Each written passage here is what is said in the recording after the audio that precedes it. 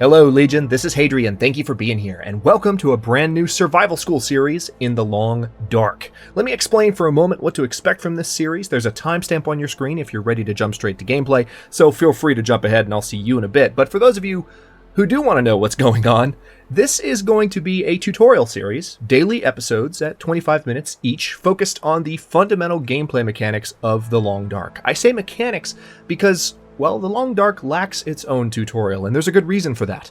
This is as much a game about exploration and discovery as it is about survival. So a tutorial that attempts to cover, just for instance, how to get around each map, or how to craft every item in the game, or even where to find the prepper caches and the forges in the game world, runs the risk of revealing too much, too early. Which is not to say that these spoiler-heavy tutorials don't exist and you won't find them useful and you shouldn't find them useful. They do, and you might. I mean, you can go out and find Whiteberry's amazing maps to use from the very beginning if that's your preference. But, as I've said over and over in my own playthroughs, the game is at its best when you know nothing and you're being thrown into the world with as little information and awareness of your surroundings as possible. And that's the carefully crafted space in which this tutorial is meant to fit. I'm going to show you how to play the game, but I'm going to do it by focusing only on what you need to know so that you're ready to jump in with some understanding of the game's mechanics and you feel ready to discover the Long Dark's many locations and intricacies yourself. I'm definitely not going to show you how to master it either. That I will leave to you, and by teaching mostly only the mechanics, you'll know how to play, but very little about the actual world and its possibilities. That is the material point. So this is going to be geared towards completely new players, and I'll tailor my commentary as such, but if you've been away for a while, you're going to find some of the new-to-you mechanics, like the clothing system, are explained here as well. We're going to be playing in Mystery Lake only, which is the game's original region and the one veteran players are most familiar with. You can get some idea of how to move around Mystery Lake by watching me, but I won't go out of my way to tell you how to get to every single place. I'm not even going to tell you where the transition spots are, the points where you can travel to the game's other regions from Mystery Lake. You can find those yourself, or start on a different map altogether once you've watched this tutorial, so you still get the completely fresh experience of a different zone. I'm going to be playing on Voyager difficulty, which is the game's default, which it's going to be a little funny for my regular viewers that are used to seeing me play on Stalker or Interloper, but it should also give us ample discoverable items so that I can explain more to you that way. That was the point of playing on Voyager as opposed to Stalker, which I did consider. I also want the Legion and Hinterlands community to feel especially welcome to jump into the comments section with their own tips, and of course to feel free to disagree with me and discuss each episode's content as usual. I really want to emphasize that before we get started, because one of the hallmarks of any great sandbox is the ability to succeed in different ways, and the Long Dark is certainly a good example. My playstyle is fairly nomadic, for instance, but other players like to hunker down without traveling over much of the game's sprawling and interconnected maps. And even though I know more than enough to teach you the basics, if you're going to look for tutorials, you should always seek out other perspectives and explanations in addition to just the one that you started with, right? So the only way to get the full experience out of this tutorial, I think, is going to be not only to watch, but to read the comments and see what other people have to say and ask about each episode, which of course reminds me, before I jump in here, let me just say, ask me questions. I'm going to respond whenever I can, and I may even record half episodes in response, actual content in response to requests, as I have in past tutorials, just in case there's something that I either didn't cover or someone makes a very good point. I'm like, I might want to expound on that a little bit. So that's enough of an introduction. I've been recording for a few minutes here. Let's go ahead and jump into our game. So, as I said a moment ago, we're going to be playing on Voyager difficulty. Just to give you a quick introduction, if you are completely new to the game and you want to know a little bit more about what these difficulties are, Voyager is the most basic difficulty level. If you are completely new to the game, it's probably a good starting point, but if you consider yourself at all a survival game aficionado, then I would perhaps move to Stalker to start. If you really feel confident that you can jump in, especially having watched a tutorial like this, and play at a higher level. But because Stalker is definitely the more challenging difficulty for those of you who are more used to that kind of a challenge. Voyager is a good starting point. Pilgrim is the therapy difficulty level. Pilgrim is designed for people who really don't want the game to challenge them and who really want to focus on the exploration aspect. They don't want to deal necessarily with wildlife attacks. In Pilgrim, wildlife won't even attack you if you don't provoke them. So you can walk around and bears and wolves will leave you alone entirely on Pilgrim mode unless you provoke them. like it says right here. So again, Pilgrim is designed to be very easy. It's designed just for you to enjoy the world. So for those of you who maybe want to learn about the world before you jump into higher difficulty, one possible approach is actually to jump into Pilgrim difficulty and walk around and learn the layout of the maps. You will find that watching a lot of the Long Dark YouTubers, one advantage that they have is they've played on the maps many times, and so they kind of know where they're going. And this can give you that feeling if you want it. Again, there is a very good argument, I feel, for discovering the world as you play, as you are experiencing the desperation of survival. So bear that in mind as well, because I think that's a very important thing to consider. It's a big part of the experience of the game. But Voyager is, again, what we're going to play on. There is one more difficulty level, and that's Interloper. I want to make a point about this. No matter how hardcore you think you are, do not jump into the Long Dark on Interloper mode. It is a very different type of experience than any of the other 3 difficulty levels, and you really can only truly appreciate Interloper once you have mastered, I would say Stalker, but at least Voyager. Okay? So just bear that in mind. But anyway, we're going to jump into Voyager. We are going to start on Mystery Lake. One thing I want to note while we're on this screen real quick, you can pick from any of the game's zones to start from. They used to be locked based on the ones that you have explored, and Mystery Lake was the only one you could start with, but now you can pick any of them. There's, of course, Mystery Lake, Coastal Highway, Desolation Point, Pleasant Valley, Timberwolf Mountain, the new Forlorn Muskeg, which I still have not been into that zone yet. I've been saving that for a YouTube run at some point and haven't quite pulled it off, but we're going to get there eventually. And then, of course, you can randomize your start if you like. One thing I want to note, and the developers have lamented this openly multiple times, you can, in fact, go to different zones. These are just starting points. You can get to all of these places from any of the others. Now, some of them are not directly connected to one another, so you're going to have to go through one zone to get to another. For instance, if I want to get to Pleasant Valley, I can't go straight to Desolation Point from Pleasant Valley. I have to go through Coastal Highway. That's one example. Now, if you know the way, you can actually get from Pleasant Valley straight to Mystery Lake. I won't tell you how, but it's possible. But the point is that they're all interconnected, and that's something you should know. So let's confirm that as well. We're going to have Mark Meir join us for our tutorial series. All of the regular viewers of my channel, their heads are exploding right now, but we're going to do that.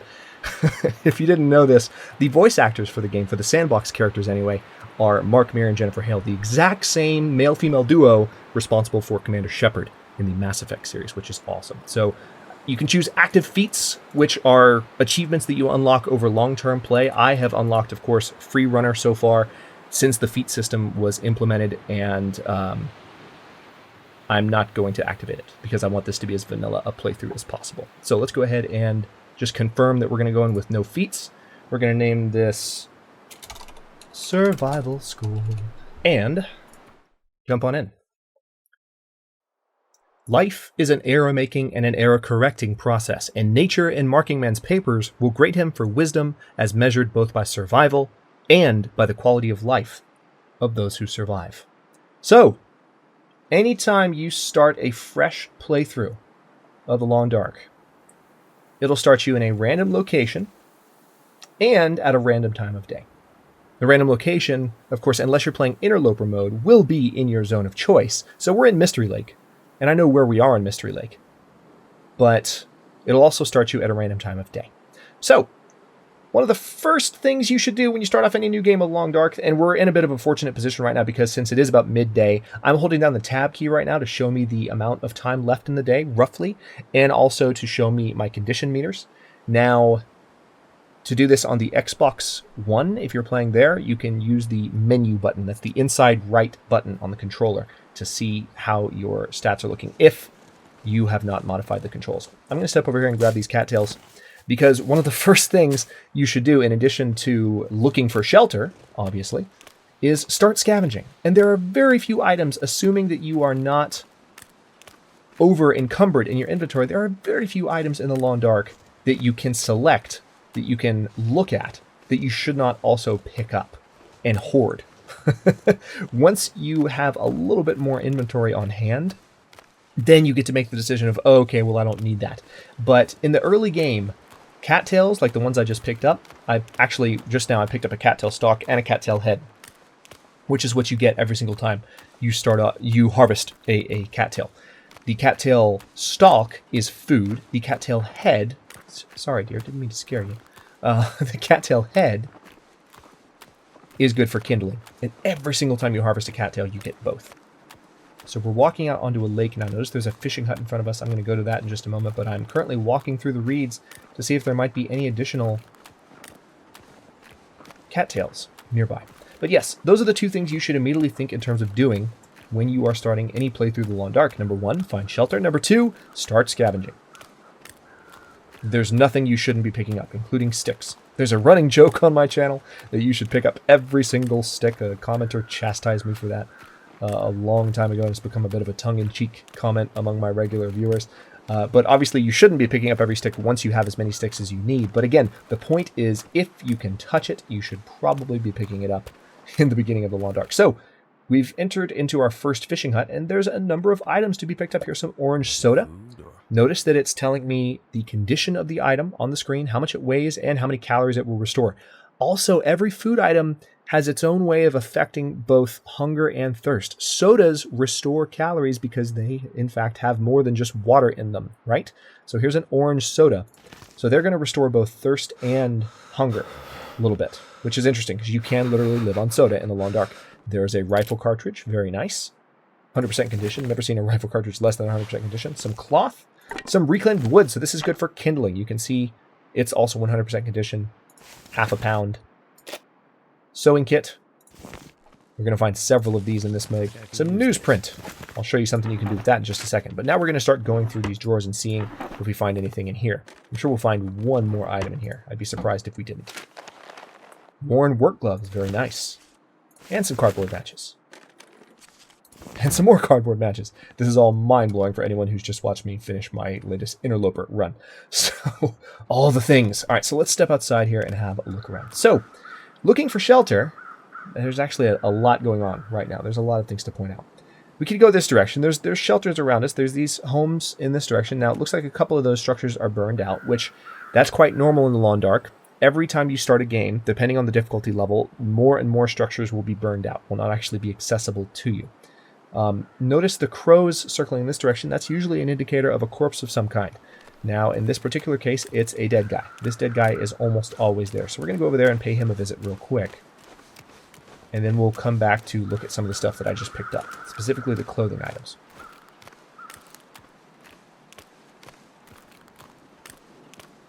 Now, one of the reasons I wanted to come over here is where there are crows, yes, there's usually a corpse of some kind, so you can get a dead person, which you can scavenge for items. If it's a dead animal, Wonder if this is any good to eat. okay, there's some sardines, chocolate bar, lower condition.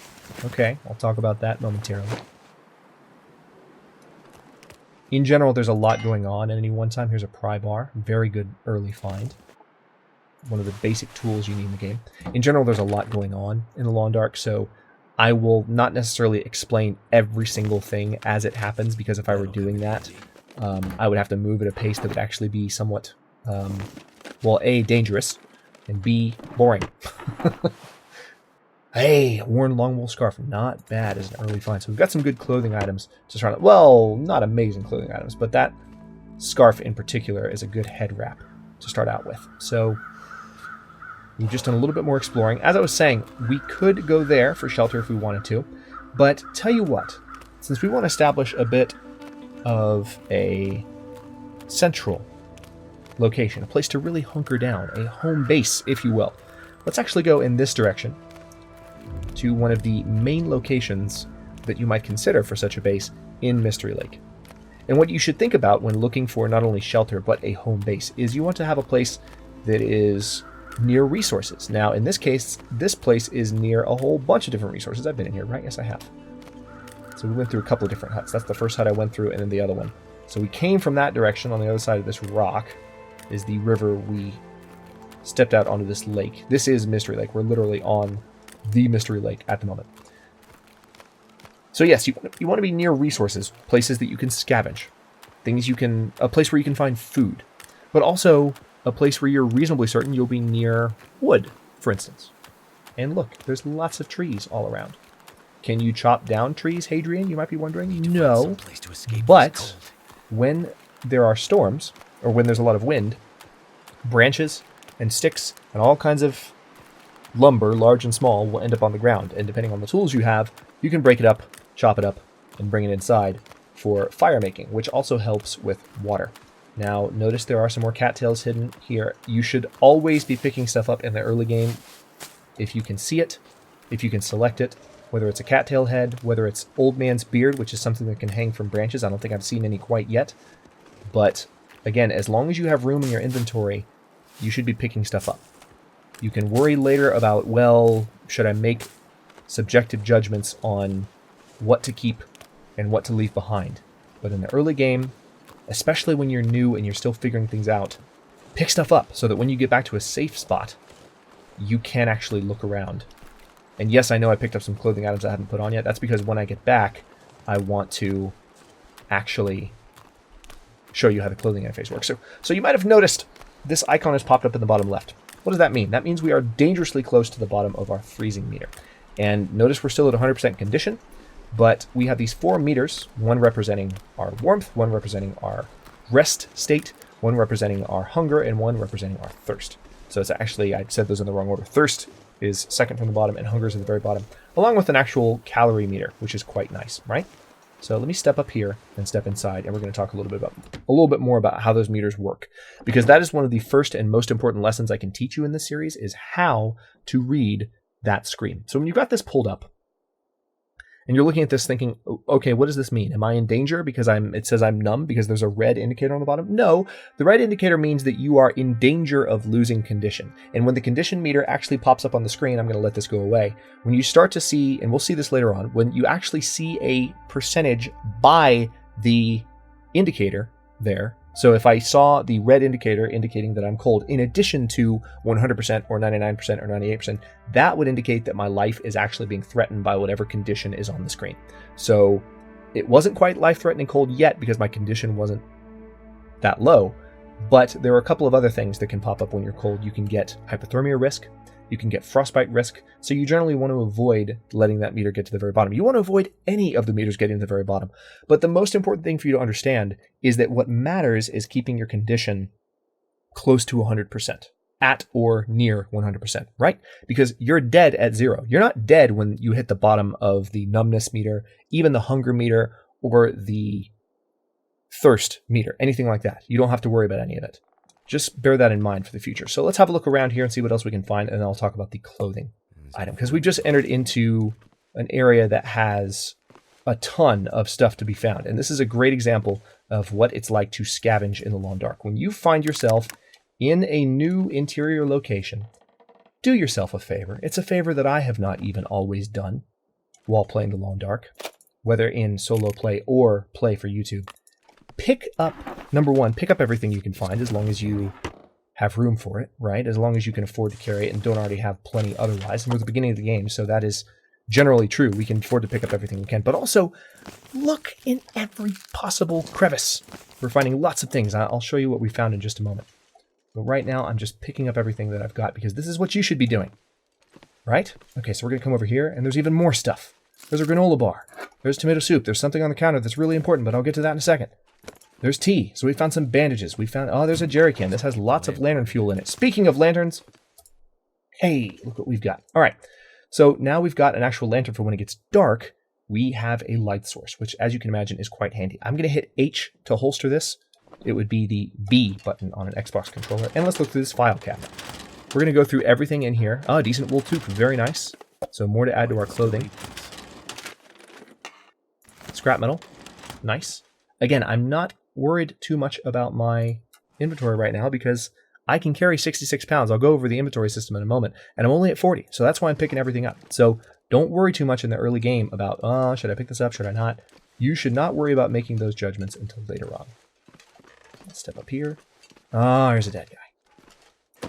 Every time you come in here, in this particular location, you will always learn to cross your fingers about there not being a dead guy. That way you don't feel a little bit weird going to sleep in here. Because there's a corpse right there that you can't do anything about. Kind of sucks. All right, so let's have a look in these drawers, see what we find. And again, in a moment, I will introduce you to the clothing system, which I'm sure, hey, nice, a worn thin wool sweater. 51% condition, so it needs to be repaired a little bit, but we're off to a good start there. There's a magnifying. See, this is what I'm talking about. Had I not crouched down, which, by the way, that was with the control key, or it's by clicking the right thumbstick if you're using the Xbox, or using the controller on the computer for that matter, which I could be doing. I've got one, but I'd prefer the keyboard. All right, there's a bedroll. I'm pretty sure we already have one because we started on a difficulty where it's normal. Hey, combat boots. That's a pretty nice early find. They're also quite heavy, though. Painkillers. Notice how heavy the painkillers are. 6 pills is a fifth of a pound. These things are killer, but they can knock out a sprain just by taking one. So there is some benefit to having painkillers that strong. Worn driving gloves. Okay, so notice we're finding a lot of clothing items. There's even a second pair of driving gloves and a ragged baseball cap in this cabinet. This is one of the advantages of playing on Voyager difficulty is you're finding stuff everywhere. Once you start playing on Stalker, and especially on Interloper difficulty, it's not going to be like this. But this is a good entry point in order to give yourself a lot of items to choose from and learn how to balance the mechanics. So we have scavenged pretty much everywhere. Let's have one more look in this direction. We can break down these crates. I don't have any tools yet. As you can see, we've only got our bare hands. So it takes 15 minutes to break these down with our bare hands, but we can do that for a piece of reclaimed wood. Let's do that just for demonstration's sake. 15 minutes just went by. And now that we've talked about the first and biggest thing, this is always the first thing that I envision talking about, by the way, in doing a long dark tutorial of any kind, is how those meters work. And if you have any questions about my explanation, feel free to ask in the comments below, and I will be glad to respond and further clarify. But again, you're not under threat as long as those are above, they're all buffers to your actual condition meter. As long as all of those are above 0, as long as there's something in those bars, then you don't have to worry about your condition dropping. Unless you have a medical condition or you get bit by a wolf. And those are things we'll talk about a little bit later on and when they perhaps happen to us in this series. So now that we've covered that, the other thing that I think is important to talk about in the very first episode is the clothing menu. I hit the C key to pull this up, and I'm not sure what the clothing item or the clothing menu would be in the on the Xbox unless you use the radial menu, which I'm holding down the space button. You can go down here and go to clothing. So the Long Dark has this new clothing system. It's amazing, and much more so than there used to be. You are now able to wear multiple items. You are able to layer clothing.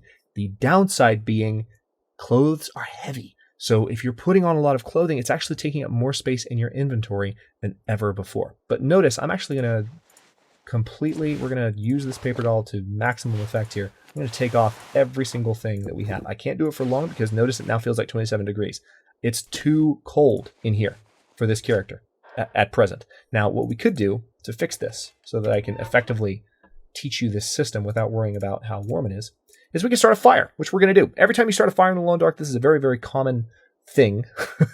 You'll be starting plenty of fires. You need each of 4 things. You need a starter, you need tinder, you need fuel, and you need, well, you actually don't need accelerant. You need each of 3 things, and then you can add accelerant if you want to help your chances. So we've got wood matches. I'm going to use one of the cattail heads that I harvested there. I mentioned this earlier. And we're going to use this book that I picked up because it's a great way to have a higher chance of success with a fire. Notice if I switch to the reclaimed wood, our chance of success goes way down. But with a book, it doubles. So we're going to start this fire. Doesn't always double, but compared to the reclaimed wood, it's a double chance.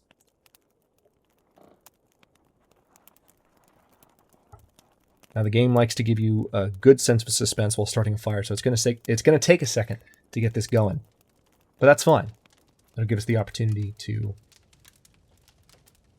well, stare at the fire together. That didn't work. Okay, that's what happens when you fail. So we just used up a match. I'm going to switch back to wood matches because they are slightly better. I do have a magnifying lens, but we're indoors, so we can't exactly use sunlight, can we, to start a fire? But we still, notice, have our tinder and we have our books. Actually, wait. No, I can't. Oh, sorry, I had the magnifying lens selected. I was wondering where the start fire button was. I still had the wrong thing selected. So wood matches, slightly better than cardboard matches, but they'll still start fires regardless of which one you have. Come on. Come on. And generally the way the fire starting meter works is the further, or any of the meters, except for the search meter. You'll get a search, you'll get stuff from a search at any point. But if you are repairing something, if you are starting a fire, the further down the meter you get, especially if it's moving really slowly, the more of a chance you have of succeeding. All right, so let's go ahead and pile some of this reclaimed wood on the fire. I'm going to go ahead and pile on, you know what, let's put all 4 pieces on there, just to free up a little burden in our inventory. Now we are warm enough. It feels like 38 degrees, even though we are buck nude. So, going back to the clothing system, we picked up a lot of nice items outside, and notice there are inner and outer layers that you can wear. It matters what you put on in each layer. For instance, you want the item that has the higher wind protection on the outside. It can't protect you from the wind if you have something else on top of it, right? So this decent wool toque, not toque, not toqueway, toque, don't piss off the Canadians, has 1.6 Fahrenheit of wind protection in addition to warmth protection of 3.1. Okay, and it's also 88% condition. So yes, you might be thinking, if I repair that, if you get that condition up to 100%, will these be better? Yes, of course they will, and we'll do that when we have the opportunity.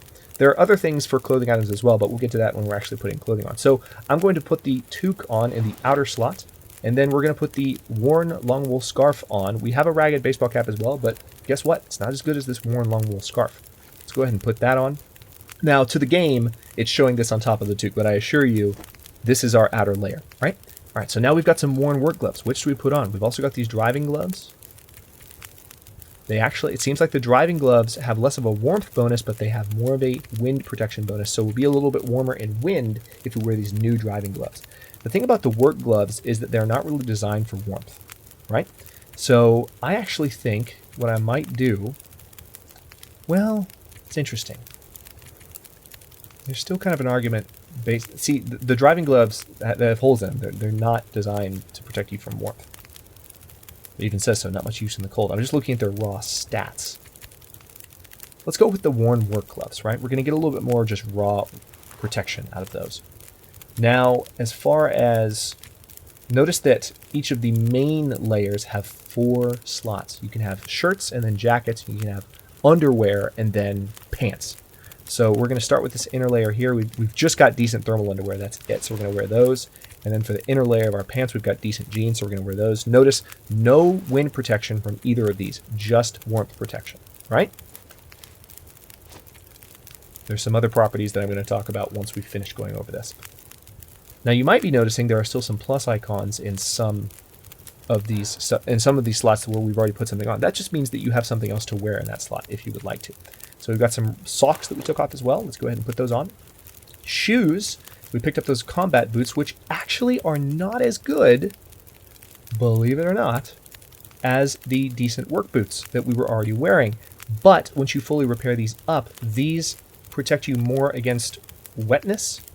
So again, if you were out in a blizzard, for instance, these would do a better job protecting me. And here's a really big thing. They do a better job protecting you against, not much of a better job, but a better job protecting you against, say, bites. So a higher protection factor means if you get attacked by a wolf, clothing with a higher stat here actually means that you would do better in that wolf attack and you would take less damage. You'd be less likely to have the wolf tear apart your clothing. You'd be less likely to actually get bitten because your clothing protected you. So that's the nice thing about the combat boots. Also notice there's a sprint modifier, which again, I'll talk about in just a moment. I actually do think I'm going to go with the decent combat boots here to start. And then now let's go to this section over here. Now, I've got a few options that I can wear here. It looks like the hoodie is going to be the way to go. Actually, I don't know. Can't quite tell. Both of these, I need to repair these items. Both of them are around 50% condition, so it's hard to tell which is going to have better wind protection. And I want to have that one on the outer layer. So let's go to our... All right, we only have a light shell to wear, which is great wind protection. Notice it's actually got better wind protection than warmth protection, because the entire purpose, it's a shell. It's a wind breaker. So that's why that is as it is. But we have these options for other items, should we choose to put them on. I do now want to take a second to show you what you can do once you have a clothing item on you that you really don't need. Let's go to our clothing interface here. We actually have several things that we can break down. But you might remember we didn't really want the worn driving gloves, right? So if we go to actions here, we have the option to repair or harvest the gloves. I'm going to harvest the gloves, and notice we're going to get cured leather out of that. Now, cured leather is not good for repairing cloth clothing items, but it is good for repairing shoes. So harvesting these gloves is quite handy. We have a few hours daylight left. You can harvest in the daylight. You can't always, you can't repair unless you have, I'm sorry, you can harvest any time of day. you can't repair any time of day. You have to have light to repair things. But we're also going to harvest this cap. Now, there's an argument.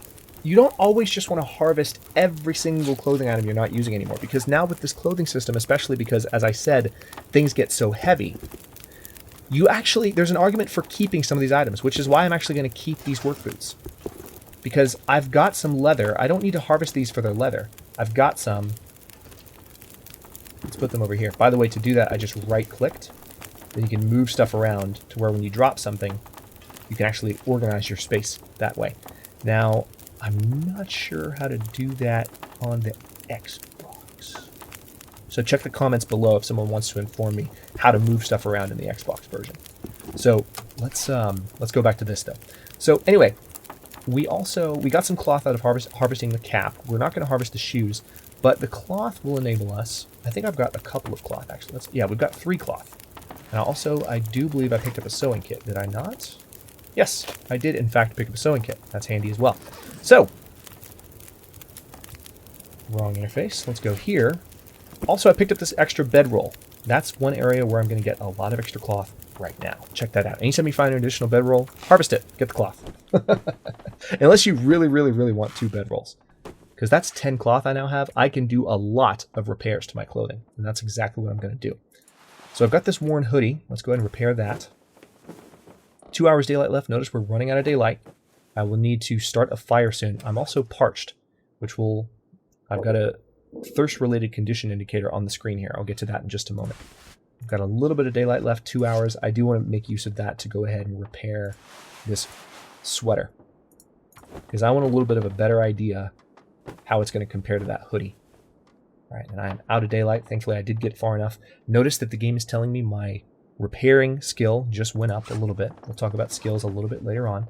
But now I'm dehydrated. I'm at 98% condition. This is what I was talking about. I'm officially losing health due to the fact that I am dehydrated. So, if I come to my food icon, or come to my food inventory, which, by the way, there are different categories. You can see what you're carrying overall. I like to switch to weight right away, again, so you can see what's weighing you down the most. But there's also, you can separate it into, I'm sorry, this is the stuff you can use for fires. Brain went blank for a second. But you can use this is anything related to fire. So this is going to be your kindling. This is going to be your fuel. Of course, matches. We've got lots of matches. In fact, we have so many matches, I'll probably drop some of these because these little weight amounts add up. And then we have medical supplies. We have clothing. We have food. We have anything related to tools. And then we have our crafting stuff. So let's come back to food for a moment. I'm going to go ahead and drink, since I don't have any water on me, and that was my bad. I could have, if I wanted to, I could have used our fire to get some water, but I was too busy explaining the clothing stuff for now. So we'll talk about water maybe in the next episode and how to actually get water from fires. But for now, I just want to make sure I have repaired these meters a little bit, so to speak. So notice our thirst is going way up with just those first couple of sodas. And less than 1 hour daylight left. Let's see. Don't really have a lot of fuel left unless we start breaking stuff down. Tell you what, we've hit the 25-minute mark for this recording. What I will do is go ahead and stop this episode here. If you're curious about how to save your game, you can do it one of 2 ways. The Long Dark is an Iron Man style game, if you will. What that means is that there's no way to actually just go in and say, save my game, please. You have to do certain things to trigger a save. What I'm going to do in this case is I'm just going to leave the office and step back inside. Anytime you come inside an interior area, and you always want to double check this because some interior areas don't count, but notice that it's saving the game. On the right hand side there, you can tell it's saving. The other way is that, oh, it looks like a storm's coming in. Interesting. We'll talk about weather in the next episode as well, or one of the next episodes. We'll see. You might be noticing that I'm ad-libbing this tutorial. I think that's a better style for me. I don't necessarily go into each episode thinking, I'm going to do this episode. I'm going to do that, because this game has so many emergent properties that if I don't stay flexible, then it actually becomes much harder for me to present this information in a coherent way. I need to be able to react to stuff as it happens.